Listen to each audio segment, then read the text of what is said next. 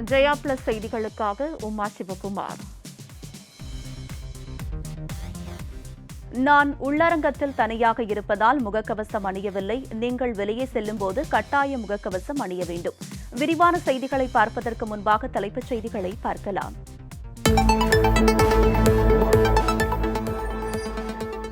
அதிதீவிர புயலாக மாறியது யாஸ். ஒடிசா மேற்கு வங்கத்திடையே இன்று கரையை கடக்கிறது.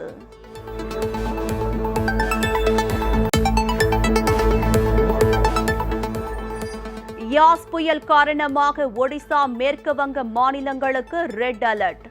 இரு மாநிலங்களிலும் முன்னெச்சரிக்கை நடவடிக்கைகள் தீவிரம்.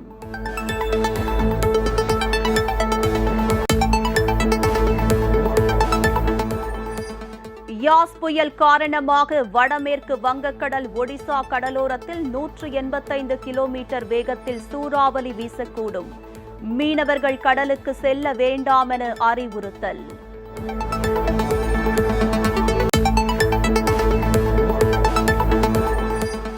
யாஸ் புயல் எதிரொலி.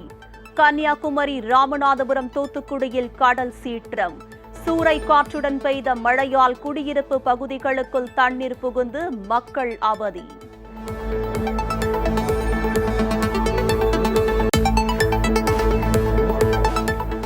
தமிழகத்தில் ஒரே நாளில் 34,285 பேருக்கு கொரோனா தொற்று. சென்னையில் குறைந்து வரும் பாதிப்பு.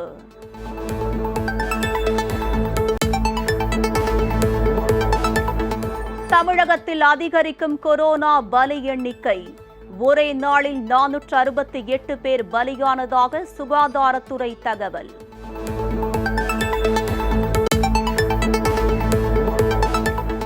தடுப்பூசி மருந்துகளை இறக்குமதி செய்ய அமெரிக்க மருந்து உற்பத்தி நிறுவனங்களுடன் மத்திய அரசு பேச்சுவார்த்தை.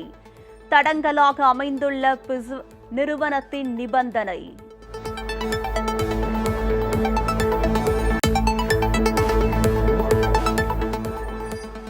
கொரோனா இரண்டாவது அலையால் பாதிக்கப்பட்ட துறைகளுக்கு சலுகைகள். மத்திய அரசு பரிசீலித்து வருவதாக தகவல்.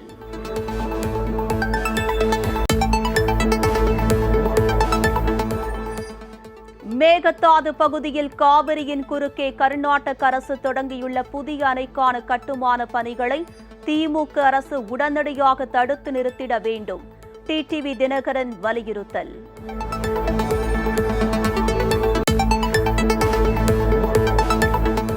தமிழகத்தில் 21 IAS அதிகாரிகள் பணியிட மாற்றம். அரசு உத்தரவு.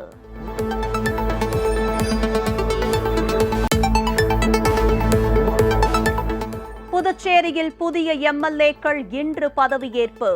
தற்காலிக சபாநாயகர் லட்சுமி நாராயணன் பதவி பிரமாணம் செய்து வைக்கிறார்.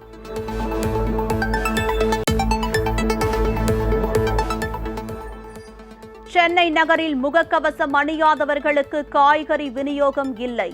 அதிக விலைக்கு விற்பனை செய்வோர் மீது கடும் நடவடிக்கை எடுக்கப்படும் என்று மாநகராட்சி ஆணையர் எச்சரிக்கை.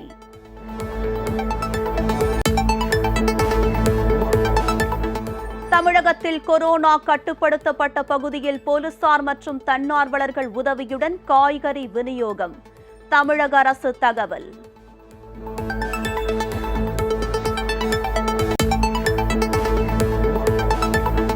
கோத்தகிரியில் பெய்த தொடர் மழை மற்றும் ஊரடங்கு காரணமாக 60 ஏக்கர் பரப்பளவு பகுதியில் பயிரிடப்பட்டிருந்த முட்டைகோஸ்கள் அழுகி சேதம். 2 கோடி நஷ்டமானதால் விவசாயிகள் வேதனை.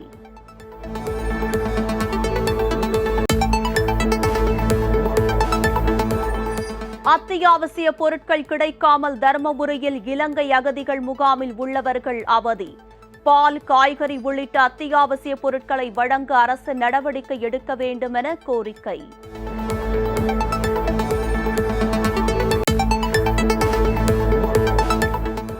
ஆன்லைன் வகுப்பு தொடர்பாக புதிய நெறிமுறைகள் வெளியிடப்படும். பள்ளிக் கல்வித்துறை தகவல்.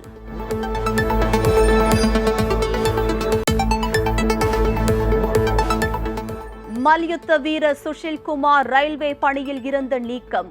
கொலை வழக்கில் கைது செய்யப்பட்டுள்ளதால் பணியில் இருந்து நீக்கப்படுவதாக வடக்கு ரயில்வே அறிவிப்பு.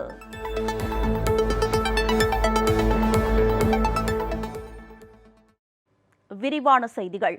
அதிதீவிர புயலாக மாறியுள்ள யாஸ் புயல் ஒடிசா மேற்கு வங்கத்திடையே இன்று கரையை கடக்கும் என்று இந்திய வானிலை ஆய்வு மையம் தெரிவித்துள்ளது. இதனால் இரு மாநிலங்களுக்கும் ரெட் அலர்ட் விடுக்கப்பட்டுள்ளது. வங்காள விரிகுடாவில் நிலை கொண்டுள்ள யாஸ் புயல் அதிதீவிர புயலாக உருமாறியுள்ளது. இந்த புயல் வடக்கு மற்றும் வடமேற்கு திசையில் நகர்ந்து மேலும் தீவிரமடைந்து ஒடிசா கடலோரத்தில் உள்ள தம்புரா துறைமுகம் அருகே வரும் என்று எதிர்பார்க்கப்படுவதாக இந்திய வானிலை ஆய்வு மையம் தெரிவித்துள்ளது. மேலும் இந்த புயல் ஒடிசா மேற்குவங்க கடற்கரைகளில் பாரதீப் சாகர் தீவுகளுக்கு இடையே தம்புரா துறைமுகத்திற்கு வடக்கு திசையில் பாலசோருக்கு தென் திசையில் இன்று நண்பகல் அதிதீவிர புயலாக கரையை கடக்கும் என்று எதிர்பார்க்கப்படுவதாகவும் இந்திய வானிலை மையம் எச்சரித்துள்ளது. இதனால் ஒடிசா மேற்குவங்கம் ஆகிய மாநிலங்களுக்கு ரெட் அலர்ட் விடுக்கப்பட்டுள்ளது. இதற்கிடையே புயல் காரணமாக ஒடிசா மற்றும் மேற்கு வங்கம் ஆகிய இரு மாநில அரசுகளும் முன்னெச்சரிக்கை நடவடிக்கைகளை தீவிரமாக மேற்கொண்டு வருகின்றன. ஒடிசாவில் முன்னெச்சரிக்கை நடவடிக்கையாக பாதுகாப்பு பணியில் ஈடுபட்டுள்ள கடற்படை போலீசார் தற்காலிகமாக அமைக்கப்பட்டுள்ள முகாம்களுக்கு பொதுமக்களை அப்புறப்படுத்தி வருகின்றனர். மேலும் தண்டோரா மூலமும் பொதுமக்களுக்கு எச்சரிக்கை விடப்பட்டு வருகிறது. அதேபோல மேற்கு வங்க மாநிலம் மிட்னாப்பூரில் தாழ்வான பகுதியில் வசிக்கும் மக்கள் திகா பகுதியில் அமைக்கப்பட்டுள்ள தற்காலிக முகாம்களில் தங்க வைக்கப்பட்டுள்ளனர். அங்கு அவர்களுக்கு உணவுகள் வழங்கப்பட்டு வருகின்றன. முகாம்களில் உள்ள பொதுமக்களுக்கு மருத்துவ குழுவினர் மூலம் பரிசோதனை மேற்கொள்ளப்பட்டு வருகிறது. மேலும் ஒடிசா மேற்கு வங்கம் ஆகிய இரு மாநிலத்திற்கும் 115 பேரிடர் மேல்வாண் படைகள் அனுப்பி வைக்கப்பட்டுள்ளன.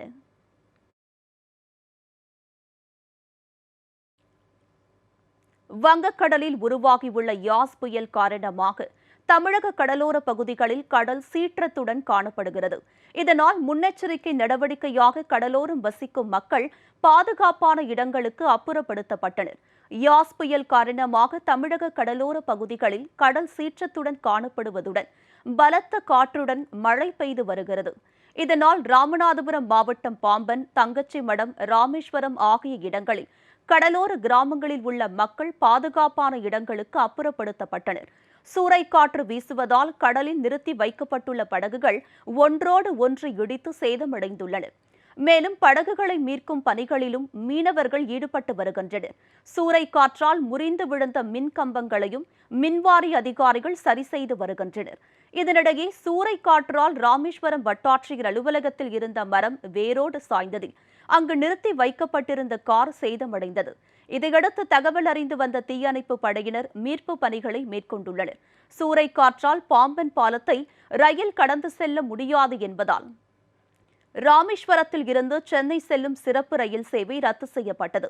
இதேபோன்று தூத்துக்குடி மாவட்டத்திலும் சூறைக்காற்று காரணமாக கடல் சீற்றத்துடன் காணப்படுகிறது. மணப்பாடு, வீரபாண்டியப்பட்டினம் போன்ற பகுதிகளில் கரையில் நிறுத்தி வைக்கப்பட்டிருந்த படகுகள் சூறைக்காற்றால் ஒன்றோடு ஒன்று மோதி சேதமடைந்தன. தொடர்ந்து தங்களது படகுகளை பாதுகாக்கும் முயற்சியில் மீனவர்கள் ஈடுபட்டுள்ளனர். வெப்பச்சலனம் காரணமாக கன்னியாகுமரி மாவட்டத்தின் பல்வேறு பகுதிகளில் கனமழை வெளுத்து வாங்கியது. நீண்ட நேரம் இடியுடன் கூடிய கனமழை பெய்ததால் குளச்சல், மண்டைக்காடு, குறும்பனை உள்ளிட்ட பகுதிகளில் 150க்கும் மேற்பட்ட வீடுகள் தண்ணீரில் முழுகின. இணையம் பகுதியில் ஆறுகளில் வெள்ளம் பெருக்கெடுத்து ஓடுகிறது. குடியிருப்பு பகுதிகளில் மழைநீர் தேங்கியுள்ளதால் பொதுமக்களின் இயல்பு வாழ்க்கை பாதிக்கப்பட்டுள்ளது. எனவே தாழ்வான இடங்களில் தண்ணீர் தேங்காத வண்ணம் நடவடிக்கை எடுக்க பொதுமக்கள் தமிழக அரசு மற்றும் மாவட்ட நிர்வாகத்திற்கு கோரிக்கை வைத்துள்ளனர்.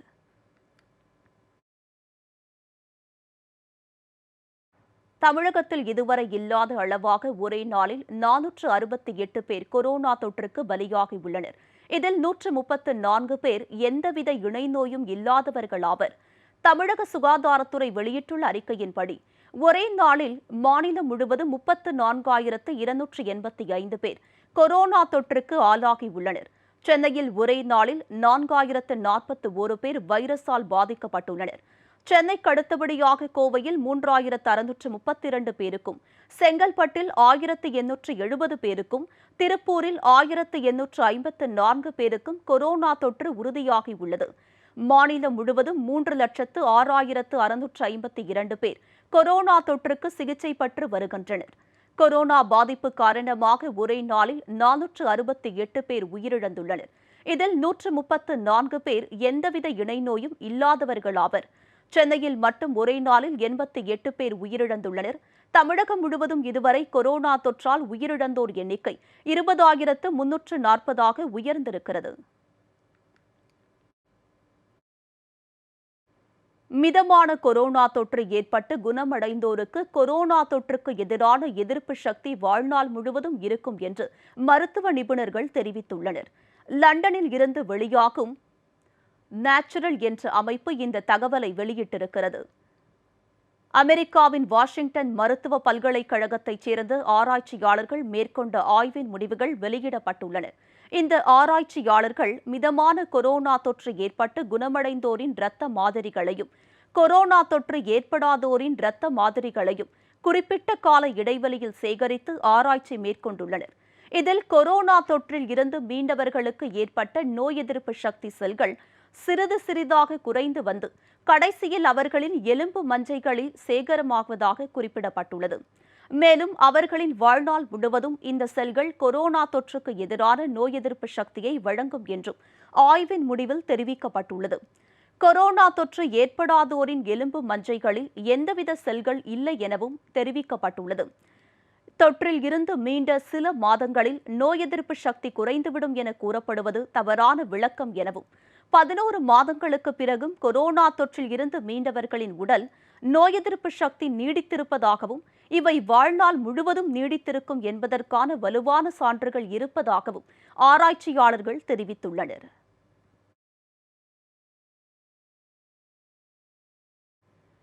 கர்நாடக மாநிலம் மேகதாதுவில் காவிரியின் குறுக்கே அனுமதியின்றி அணை கட்டப்படுகிறதா என ஆய்வு செய்து அறிக்கை தாக்கல் செய்ய மத்திய அரசுக்கு தென்மண்டல தேசிய பசுமை தீர்ப்பாயம் உத்தரவிட்டுள்ளது. பெங்களூருவின் குடிநீர் தேவை மற்றும் மின்னுற்பத்திக்காக 9,000 கோடி ரூபாய் செலவில் மேகதாதுவில் அணை கட்டுவதற்கு கட்டுமான பொருட்களை குவிப்பதாக வந்த செய்தியின் அடிப்படையில் தென்மண்டல தேசிய பசுமை தீர்ப்பாயம் தாமாக முன்வந்து வழக்கு பதிவு செய்துள்ளது. வன பாதுகாப்பு சட்டம், சுற்றுச்சூழல் தாக்க மதிப்பீட்டு அறிவிப்பின்படி எந்த அனுமதியும் பெறாமல் அணை கட்டுவதால் 5,252 ஹெக்டேர் வனப்பகுதி தண்ணீருக்குள் முழுகும் அபாயம் இருப்பதாகவும் வனவிலங்குகள் சரணாலயத்திற்கு பாதிப்பு ஏற்படும் என்றும் செய்தி வந்துள்ளது. இது தொடர்பாக மத்திய அரசு, கர்நாடக அரசு மற்றும் தமிழக அரசு பதிலளிக்க பசுமை தீர்ப்பாயம் உத்தரவிட்டு ஜூலை 5ஆம் தேதிக்கு ஒத்திவைத்துள்ளது. மேகதாது பகுதியில் காவிரியின் குறுக்கே கர்நாடக அரசு தொடங்கியுள்ள புதிய அணைக்கான கட்டுமான பணிகளை திமுக அரசு உடனடியாக தடுத்து நிறுத்திட வேண்டும் என்று அம்மா மக்கள் முன்னேற்றக் கழக பொதுச் செயலாளர் திரு டிடிவி தினகரன் வலியுறுத்தியுள்ளார். அவர் வெளியிட்டுள்ள டுவிட்டர் பதிவில் மேகதாது பகுதியில் காவிரியின் குறுக்கே புதிய அணைக்கான கட்டுமான பணிகளை கர்நாடக அரசு தொடங்கியிருப்பதாக வரும் செய்திகள் பெரும் அதிர்ச்சி அளிப்பதாக தெரிவித்துள்ளார். மத்திய அரசின் அனுமதி பெறாமல் மேற்கொள்ளப்பட்டிருக்கும் இந்த பணிகளை உடனடியாக தடுத்து நிறுத்திட வேண்டும் என்றும் திரு டிடிவி தினகரன் வலியுறுத்தியுள்ளார். மேகதாதுவில் கர்நாடக அரசு அணை கட்டிவிட்டால் காவிரியில் துளி தண்ணீர் கூட தமிழகத்திற்கு வராமல் போய்விடும். காவிரி டெல்டா பகுதி மட்டுமல்லாமல் ஒட்டுமொத்த தமிழ்நாட்டின் முக்கால்வாசி பகுதிகள் குடிநீருக்காக காவிரி நீரைத்தான் நம்பி இருக்கின்றன. ஏற்கனவே திமுக ஆட்சி காலங்களில்தான் காவிரி உள்ளிட்ட நதிநீர் பிரச்சினைகளில் தமிழகம் தன்னுடைய உரிமையை கோட்டை விட்டு நின்றது. இப்போதும் அப்படி நடந்துவிடக் கூடாது என்று திரு டிடிவி தினகரன் குறிப்பிட்டுள்ளார். தமிழகத்தின் ஆட்சி பொறுப்பை மட்டுமல்லாமல் அதிக நாடாளுமன்ற உறுப்பினர்களையும் வைத்துள்ள திமுக உடனடியாக செயல்பட்டு மேகதாது அணை கட்டுமான பணிகளை தடுத்து நிறுத்த வேண்டும் என திரு டிடிவி தினகரன் வலியுறுத்தியுள்ளார்.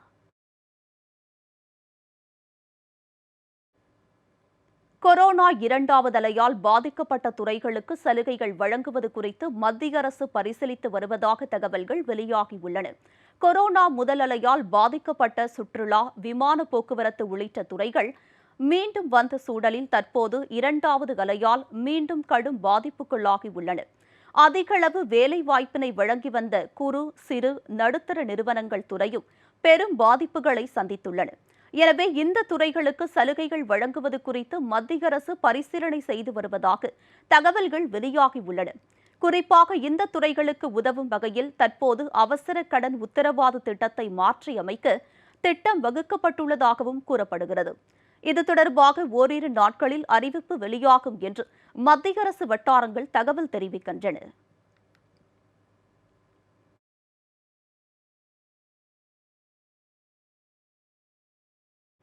கொரோனா தடுப்பூசி மருந்தை மாநில அரசுகளுக்கு நேரடியாக விற்பனை செய்ய முடியாது என்றும் மத்திய அரசுடன் மட்டுமே இது தொடர்பாக வர்த்தக ஒப்பந்தம் செய்து கொள்ள முடியும் என்றும் அமெரிக்காவின் பன்னாட்டு மருந்து உற்பத்தி நிறுவனங்கள் தெரிவித்துள்ள நிலையில் ஃபைசர் நிறுவனத்துடன் மத்திய அரசு நடத்தி வரும் பேச்சுவார்த்தையிலும் தடங்கல் ஏற்பட்டுள்ளது.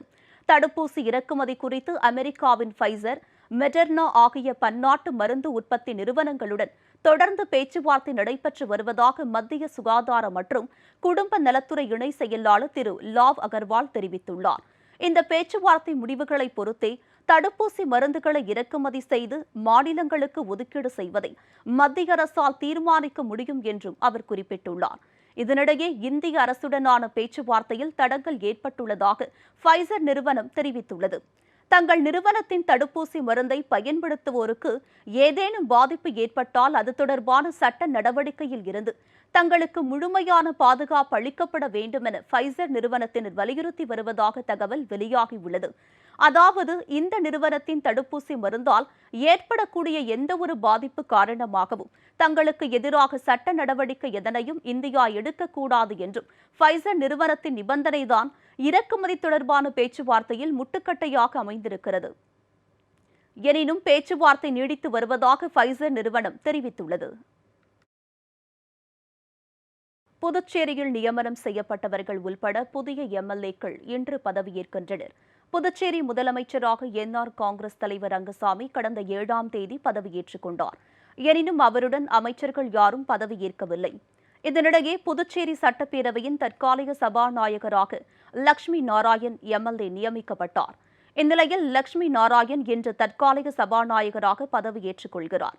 ஆளுநர் மாளிகையில் நடைபெறும் பதவியேற்பு விழாவை தொடர்ந்து சட்டப்பேரவை வளாகத்தில் நடைபெறும் நிகழ்ச்சியில் புதிய எம்எல்ஏக்களுக்கு தற்காலிக சபாநாயகர் லட்சுமி நாராயண் பதவி பிரமாணம் செய்து வைக்கிறார். கொரோனா பரவல் காரணமாக சபாநாயகர் அறையில் இந்த நிகழ்வு நடைபெறும் என்று அறிவிக்கப்பட்டுள்ளது.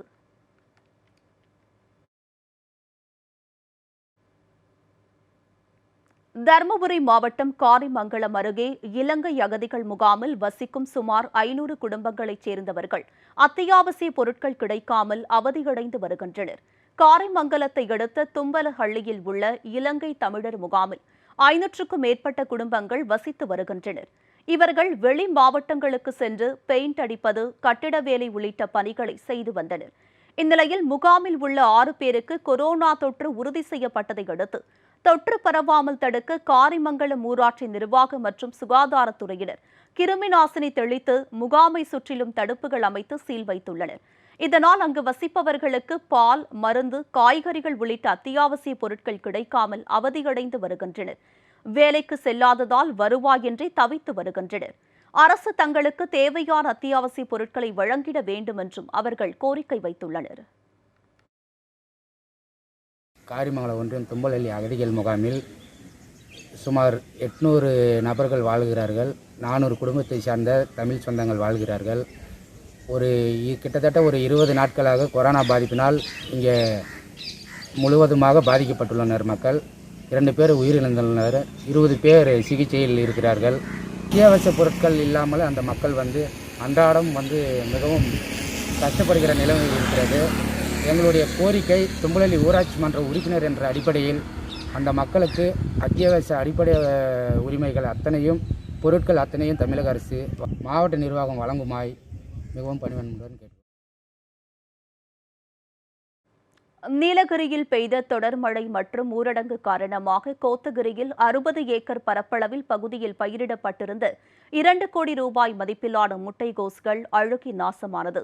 நீலகிரி மாவட்டத்தில் தேயிலைக்கு அடுத்தபடியாக மலை காய்கறிகளான கேரட், பீட்ரூட், உருளைக்கிழங்கு, முட்டைகோஸ், காலிஃபிளவர் உள்ளிட்டவை அதிக அளவு விளைவிக்கப்படுகின்றன. இங்கு விளைவிக்கப்படும் காய்கறி தமிழகத்தின் பல்வேறு பகுதிகளுக்கு அனுப்பப்படுகிறது. இந்நிலையில் கோத்தகிரியை அடுத்த ஈலாடா பகுதியில் 60 ஏக்கர் பரப்பளவில் முட்டைகோஸ் பயிரிடப்பட்டிருந்தன. அறுவடைக்கு தயாராக இருந்த நிலையில் கடந்த 1 வார காலமாக பெய்த கனமழையின் காரணமாக தோட்டத்தில் உள்ள முட்டைகோஸ்கள் அழுகத் தொடங்கியுள்ளன. மேலும் ஊரடங்கால் போக்குவரத்து இல்லாமல் முட்டைகோஸ்களை சந்தைக்கு கொண்டு செல்வதிலும் விவசாயிகளுக்கு சிக்கல் ஏற்பட்டுள்ளது. இதனால் 2 கோடி ரூபாய் அளவிற்கு நஷ்டம் ஏற்பட்டுள்ளதாகவும் இவற்றுக்கு அரசு உரிய இழப்பீடு தர வேண்டும் என்று விவசாயிகள் கோரிக்கை வைத்துள்ளனர். ஈலாடா பட்டகுறை கதவுத்தரை ஏரியாவில் கிட்டத்தட்ட ஒரு 60 ஏக்கரா மேலேயே இருக்குது. நாங்கள் இந்த சீசனில் பொதுவாக கோஸ் தான் போடுவோம். கோஸ் போட்டு 3.5 மாதத்தில் வெட்டணும். ஆனால் இது 4 மாதம் ஆகிட்டு வருது, குவாரண்டைன் ஆகிடுச்சு. நாங்கள் சரக்கு எதுவுமே ஒழுங்காக மார்க்கெட்டுக்கு அனுப்ப முடியாமல் எல்லாமே ஸ்டாக்னெட் ஆகிடுச்சு. எல்லாமே அழுகிட்டு வருது. கிட்டத்தட்ட ஒரு 250 லோடு பக்கம் அப்படியே தாமதமாகிட்டு நிற்கிது, அனுப்ப முடியல. கொள்முதல் எடுத்துக்கிட்டால் ஒரு ஏக்கராக்கு கிட்டத்தட்ட ஒரு 2 லட்ச ரூபாயிலேருந்து 2.5 லட்ச ரூபா வரைக்கும் ஆகிடுது. வேஜஸும் ஜாஸ்தி ஆகிடுச்சு, மேன்யூரும் விலையும் ஜாஸ்தி ஆகிடுச்சு. எதுவுமே எங்களுக்கு கட்டுப்படி ஆகிறதில்ல. இந்த கவர்மெண்ட் பார்த்து இந்த ஏரியா விவசாயிகளுக்கும் மற்ற விவசாயிகளுக்கும் ஏதாச்சும் ஒன்று, ஒரு மானியமோ ஏதாச்சும் ஒன்று, நிவாரணமோ ஏதாச்சும் ஒன்று வழங்கணும்னு கேட்டுக்கிறோம். திருவாரூர் மாவட்டம் வலங்கைமானில் அடகு கடைகளில் காவல்துறையினர் அத்துமீறி புகுந்து பல லட்சம் ரூபாய் மதிப்பிலான நகைகளை எடுத்து சென்றுள்ளதாக பாதிக்கப்பட்டவர்கள் குற்றம் சாட்டியுள்ளனர். திருவாரூர் மாவட்டத்தில் நகை பறிப்பு சம்பவம் அதிகரித்து வருவதால் இதுகுறித்து பாதிக்கப்பட்டவர்கள் புகார் அளித்தும் காவல்துறையினர் நடவடிக்கை எடுக்கவில்லை என கூறப்படுகிறது. இந்நிலையில் மாவட்ட எஸ்பி கையல்விழி நகை பறிப்பு வழக்குகளை விரைந்து முடிக்க அறிவுறுத்தியுள்ளார். வலங்கைமான் பகுதியில் மட்டும் கடந்த 1 மாதத்தில் 7 இடங்களில் நகை பறிப்பு சம்பவங்கள் நடந்துள்ளதால் சம்பந்தப்பட்ட குற்றவாளிகளுடன் வலங்கைமான் கடைவீதியில் உள்ள அடகு கடைகளுக்கு சென்றார். இந்த கடைகளில் தான் திருட்ட நகைகளை அடமானம் வைத்ததாக குற்றவாளி மூலமாக கூற வைத்து காவல் ஆய்வாளர் விஜயா அராஜகத்தில் ஈடுபட்டதாக அடகுக்கடை உரிமையாளர்கள் புகார் தெரிவித்துள்ளனர். அடகுக்கடை உரிமையாளர்கள் கென்னடி, செந்தில்குமார், சுந்தர்ராஜ், சிவராம் ஆகியோரை விசாரணை என்ற பெயரில் அழைத்து சென்றனர். அப்போது போலீசாரின் அராஜகத்திற்கு பயந்து 12 சவரன் நகைகளை அவர்கள் கொடுத்துள்ளனர்.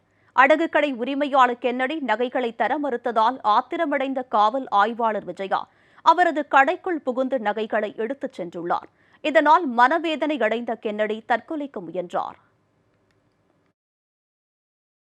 வலங்கைமான் கடத்தரில் அடகு கடை வச்சு நடத்திக்கிட்டு இருக்கேன். என் மகளுக்கு உடம்பு சரியில்லை, ஆக்சிஜன் வேறு டிமாண்ட் எங்கேயும் கிடைக்கல. அது சம்மந்தமாக விசாரிக்கிறக்காண்டி மெடிக்கல் ஓனர்கிட்ட கேட்போன்னு வந்துருந்தப்போ திடீர்னு என்னை போலீஸ் அந்த அழைச்சிட்டு போய் ஒரு அக்யூஸ்டு கையை காமிக்க சொல்லி நீ 10 பவுன் வாங்கியிருக்க, நீ கண்டிப்பாக கொடுத்தே ஆகணும்னு 2 மணிக்கு அழைச்சிட்டு போய் வலங்கைமான் ஸ்டேஷன்லேருந்து அடுத்து கொடவாசல் குவார்ட்டர்ஸுக்கு அழைச்சிட்டு போனாங்க. போலீஸ் குவார்ட்டர்ஸுக்கு அழைச்சிட்டு போய் அங்கே வச்சு மிரட்டி 5 பவுனாச்சும் நீ கொடுத்தே ஆகணும்னு சொல்லி வீட்டுக்கு அழைச்சிட்டு வந்து அவங்க மிரட்டினதுனால 5 பவுன் எடுத்து கொடுத்ததுக்கப்புறம் தான் என்னை விட்டாங்க. காவல்துறை நீங்கள் கொடுத்தா தான் ஆகணும், நீங்கள் கண்டிப்பாக வாங்கியிருக்கேன், நாங்கள் வாங்கவே இல்லை, 100 மில்லி கூட வாங்கவே இல்லை, இல்லைங்க எல்லாமே கொடுத்துட்டு போனாங்க, நீங்கள் கொடுத்தாகணும்னு அதுக்கப்புறம் நாங்கள் 12 கிராம் நகை கொடுத்தது. இங்கே ஒரு 1/2 மணி நேரம் விசாரணைக்கு அப்புறம் எங்களை அழைச்சிக்கிட்டு குடவாசல் போனாங்க. சுமார் ஒரு நைட்டு ஒரு 8 மணி போல் வர சொன்னாங்க. தனிமையில் உட்கார வச்சு விசாரிச்சுட்டு எங்களை திருப்பி வந்து இங்கே எங்ககிட்ட சுமார் ஒரு 4 பவுன் அளவுக்கு என்கிட்ட ரெக்கவரி பண்ணிட்டு போனாங்க. வலங்கைமான் போலீஸ் ஸ்டேஷன்லேருந்து இந்த 4 கடையிலையும் மொத்தமாக 15.5 பவுனு மிரட்டி, அச்சுறுத்தி, பயமுறுத்தி இந்த கடைக்காரங்கள்டேருந்து நகைகளை அபகரிச்சிருக்காங்க. கொரோனா காலத்தில் அவங்கவுங்க வாழ்வாதாரம் ரொம்ப பாதித்து ரொம்ப சிரமப்பட்டுக்கிட்டு இருக்கிற நேரத்தில் இந்தமாரி ஒரு நடவடிக்கையில் இவங்க செஞ்சுருக்காங்க. இதுக்கு தகுந்த தீர்வு எங்களுக்கு கிடைக்கணும். நன்னிலம் டிஎஸ்பி, வலங்கைமான் காவல் ஆய்வாளர் ஆகியோர் மீது தமிழக அரசு உரிய நடவடிக்கை எடுக்க வேண்டும் என அடகுக்கடை உரிமையாளர்கள் வலியுறுத்தியுள்ளனர். தொடர்ந்து இணைந்திருங்கள் ஜெயா பிளஸ் தொலைக்காட்சியுடன்.